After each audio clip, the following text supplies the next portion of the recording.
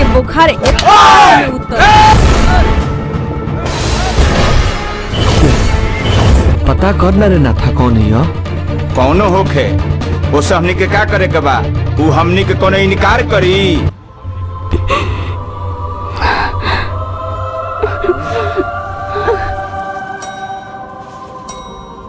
धड़कन बढ़ गइल बा जब से नैना लड़ गइल बा। धड़कन बढ़ गइल बा जब से नैना लड़ गइल बा। राती के निंदिया दिन के चैनवा प्यार हमार खो गइल बा। प्यार प्यार प्यार हमारा प्यार हो गइल बा।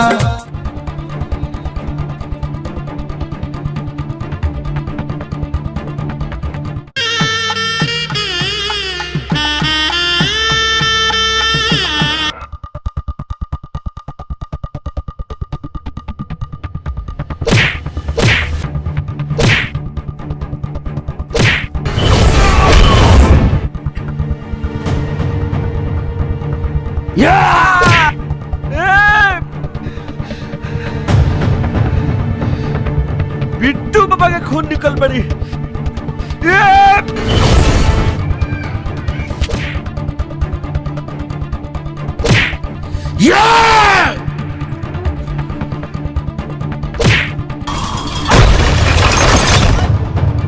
बड़ी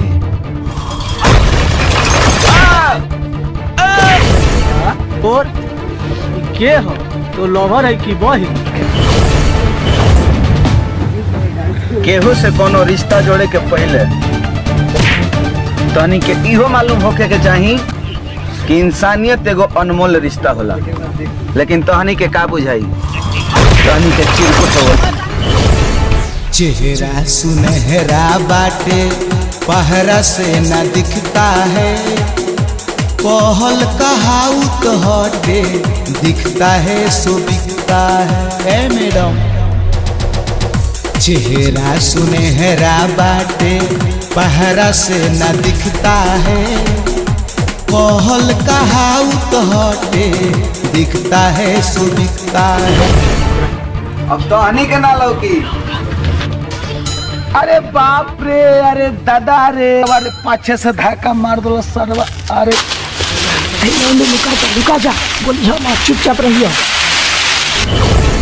कुत्ता कमीना हम तो हईले हई।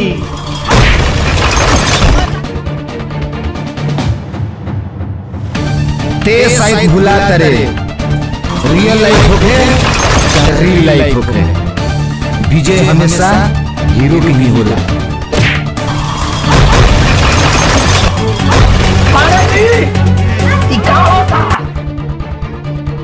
ब्याह के घर चक्कर हा कब बिटुआ से ब्याह होता कब बिरुआ से होता। अब भाई करना ब्याह करे भाई चलवा क्या होता?